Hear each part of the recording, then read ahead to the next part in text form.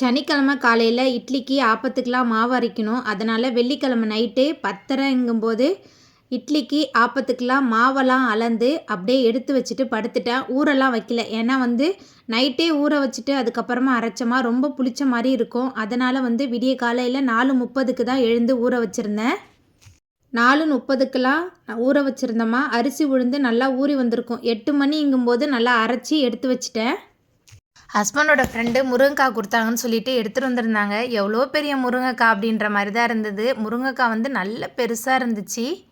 முருங்கைக்காய் அப்படின்னாலே நம்ம பக்கம்லாம் பெரும்பாலும் பொரிச்ச குழம்பு இல்லைனா முருங்கைக்காயில் தொக்கு அது மாதிரி தான் பண்ணுவாங்க. இன்றைக்கி நான் பொரிச்ச குழம்பு தான் பண்ண போகிறேன். நல்ல சூடான சாதத்துக்கு இந்த பொரிச்ச குழம்புக்கும் ரொம்பவே சூப்பராக இருக்கும்.